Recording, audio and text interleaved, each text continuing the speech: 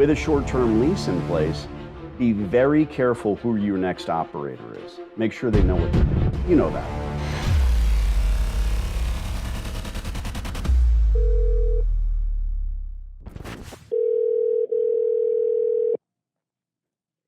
This is Michelle.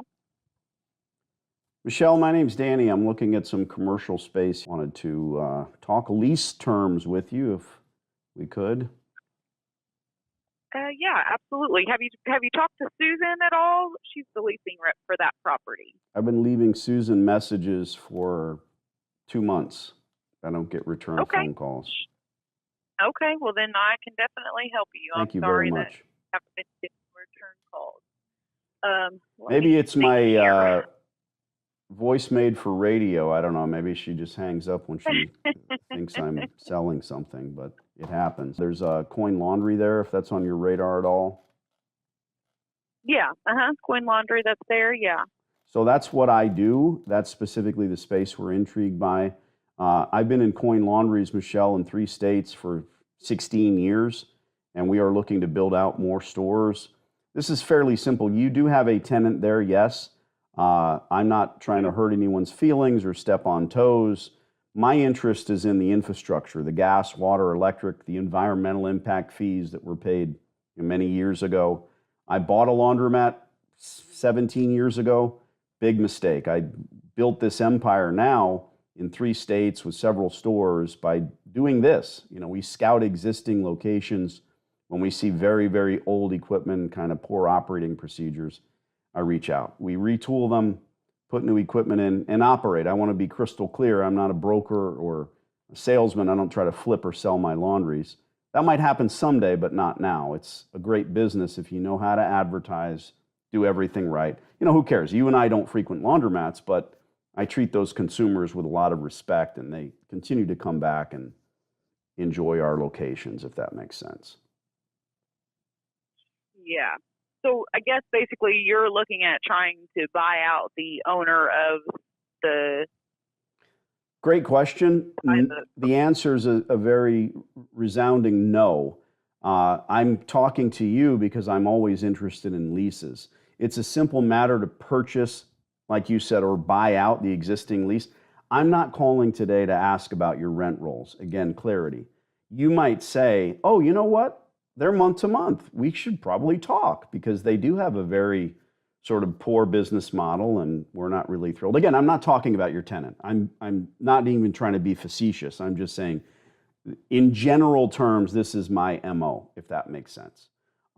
It's a simple matter to buy a business. I don't see value there. If they've got a great lease and they pay on time, God bless America.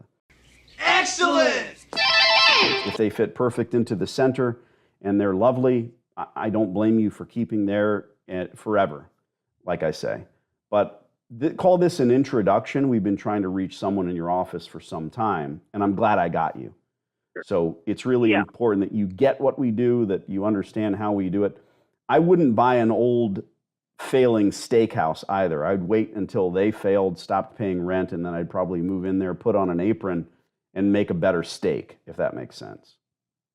Mm-hmm. So what I can tell you is that the Coin Laundry there was just bought by another corporation. It was bought by another corporation in February. Good. Okay. Awesome. And they extended that lease, through 2026. So, so they. Yeah, so if you're interested in that specific space, I don't have any right to recapture or anything like that on this space, and it looks like we transferred it in March to a larger organization who is now taking that over. Sure. So, well, let me look. Yeah, I like your style, Michelle, and I appreciate the insider information, if you will. But let me say 2 things. Wait a moment. I'm always kind of operating in the background. You said a large corporation like us. We're not. There's, I know guys that have hundreds of stores and we don't. That said, we operate like a large corporation, yes, but you're talking to the 2 guys that are going to handle this and sign the letter of intent and retool the store. That's all it is. Let me say this. They signed a lease on this location through 2026. That's crazy. I would do 15 years minimum, 20 if you want it. Yeah. You know why I'm saying that? Because they're not going to spend money on retooling this location. I'd call that a big yes. They shouldn't. Right. And I don't know what their plans are. All I know is that we assigned the lease and we've extended, so we are now in a contract bound with them to have rights to that space. No, and I don't hear you trying to hustle me off the phone, but I can't help but, and I'm not trying to educate you. You're obviously a highly intelligent realtor, broker. I don't want to degrade you there, but at the end of the day, I'm just saying, if you said, oh, a big corporation signed, I was going to say, well, usually distributors like to sign leases, retool the store, and sell their equipment in place. And that's terrible for the landlords because they, end up selling the location to operator after operator. In this case, since it's only through 2026 with perhaps options, I hope, we just don't do that because I'd be dipping my toe in the water. It's very, very old equipment, and I don't intend to run it the way that it is. That's all I'm saying. But let me send you an email. Do you want to put it on your calendar to reach back out? Yeah, say, I love it. 2025, or if you want to send me an email. Yes, ma'am. And if something were to go sideways with this, where we end up having the opportunity to get it back, or the tenant leaves, or whatever the case may be, I will definitely. I'm the director here of the leasing department. You are a pleasure to speak with. You're reading my mind. We are getting along splendidly. I'll fire you off an email and I'll set it and forget it until 2025. Or we're usually watching the stores in Indianapolis, so we might roll by and see that it's closed and hit you up then. Michelle, I appreciate you. I can remember that's my wife's name. I'm Danny. My partner's name is Greg. I'll CC him as well. And who knows, if you find another coin laundromat, not cleaners, not car washes, even though the word wash is kind of there, reach out. Let me know. We'll talk terms. I'll try to beat you up. So I can tell you that I do know that I have a laundromat in Lowell, Indiana. So the guy's looking to retire. Okay. He's wanting to sell his business. So I wouldn't be, obviously I couldn't talk the terms. Yeah. I mean, we could. He didn't extend. He only extended short term while he is trying to get a new operator. Yeah. Find a new operator. He thinks he might have found one, but I haven't received all the information from him. I would be more than happy to share his email address with you, or his name and contact information if you wanted to. Yeah, no. I appreciate that. And there's now I've got 3 more topics to discuss very briefly. I don't buy laundromats. I feel for your previous operator. I do. If he would have marched into your office and said, I need a 15-year lease so that I can sell my business, he would have been doing the right thing. He just didn't. Again, we don't dip our toe in the water. This is not a dollar store. Yeah, and that's fine. Yeah, so we would be willing to do a 15-year lease on this space. Sure. He's just saying he's retiring. He's in his late 70s. Yeah. He's retiring. He's closing the store at the time. So I guess maybe I'm not really understanding exactly then what you do. Sure. Let me make you understand. I want more laundromats, yes, but not at a cost. Meaning, I spend my money on our stores. The gas, water, electric is in that laundry. I'm interested. I'm intrigued. But I'm not going to reach out to the operator who, frankly, retirement is phenomenal, Michelle. I don't blame him for wanting to get out. But why would you retire from a store if you've set it up properly? You don't work there. You're not in the store. You collect the coin in cash. Yeah, he does not work there. Yeah. He has several locations, and he doesn't work in them. He's just saying he's retiring. He's in his late 70s. He doesn't want to be in the. He's done. He's done. God bless him. Time to move to Florida. But I want you to understand in total what we do and how we do it. When this becomes a full-time operation for you, you visit the locations, not just to collect coin. I'm sweeping floors every other day because when you come in and your attendant isn't doing what they need to, grab a mop, grab a broom, show them. That said, I think it's lovely that you've got a space that may come available. God forbid he's unable to sell it. We will talk to you then. So you're saying if the space were to come vacant, like if we don't renew his lease. Correct. And it's now a vacant space. Right. The third point I wanted to make, which is important to me, if he sells that business for $50,000 or $75,000 with a short-term lease in place, be very careful who your next operator is. Make sure they know what they're doing. You know that. Or you're going to end up with a myriad of folks falling flat on their face. Nobody wants to buy a business if they don't have term. Yeah. So nobody wants to buy a business if they don't have term. And, we've discussed that, and that's why we are working like how I have done in the past is when we do things where people sell their businesses, whether it be a laundromat or not. Once he has that person on, before anything is they sell it or the business the sale closes or we agree to a lease term, we do all the credit checks and all that stuff, and then we negotiate terms with the new owner. The assignment just goes. We basically can just assign the lease over.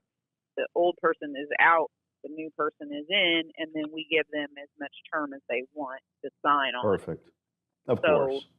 I mean, now the only thing is that, if he ends up closing and doesn't sell the business, or if he may sell the equipment and not assign the lease, so then I'm just left with a vacancy with the equipment's not in there any longer. So I don't even know, like the story saying that you want to have he closes and he left everything there, then that would be of interest to you. Or just because there was already the water that's needed for a laundromat, the electrical, all of that stuff, then that would be something that if the machines were all gone, it would still be a space that you're interested in. Correct.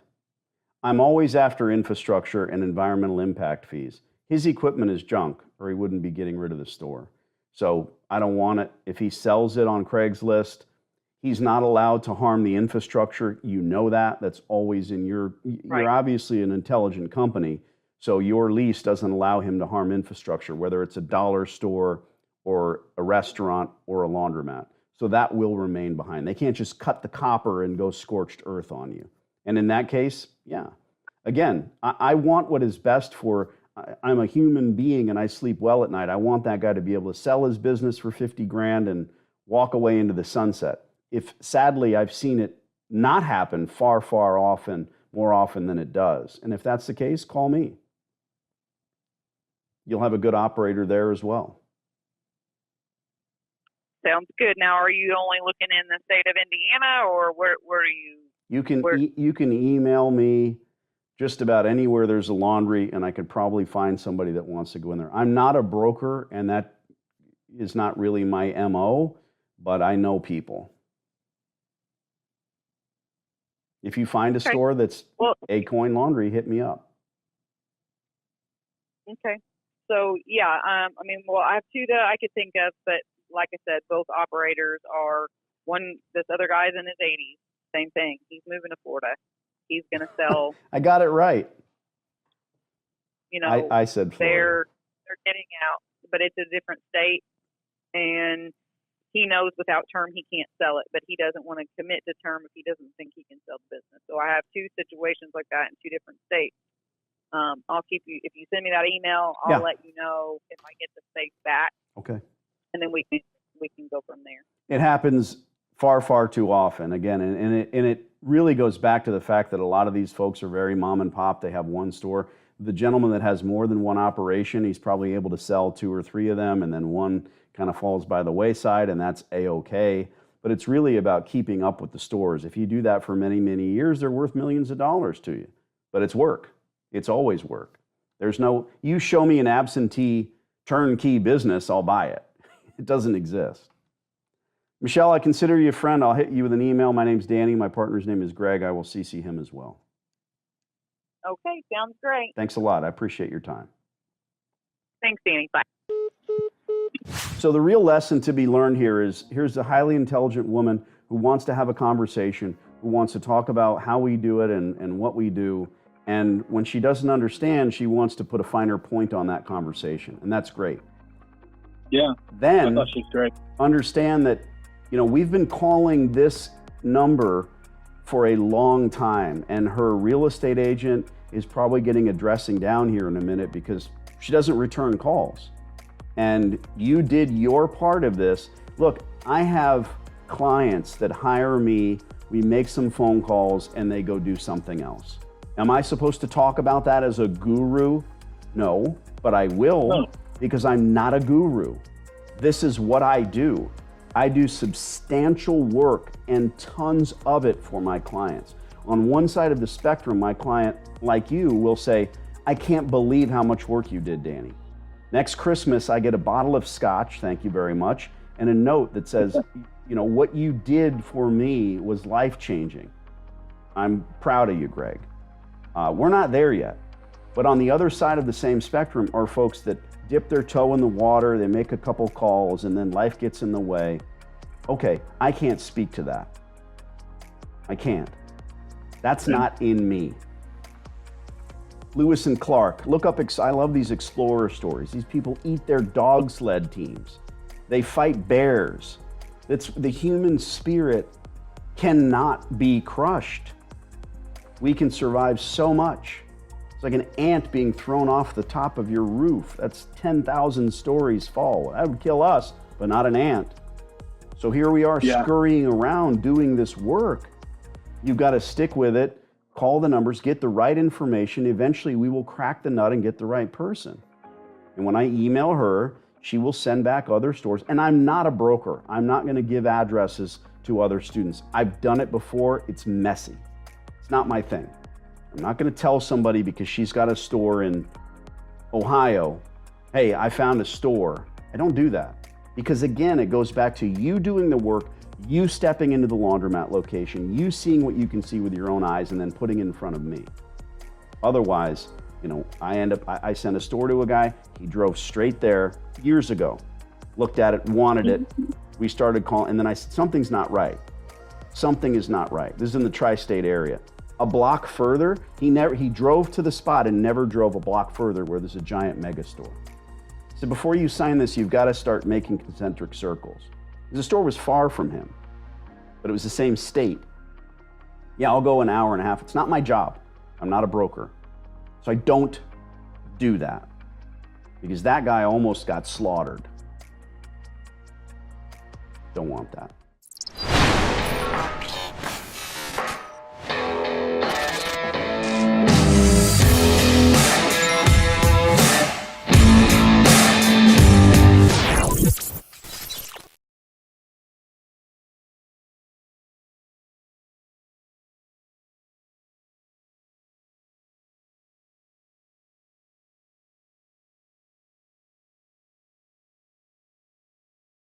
I'm pretty sure this hot water heater's got a few more good years left in it.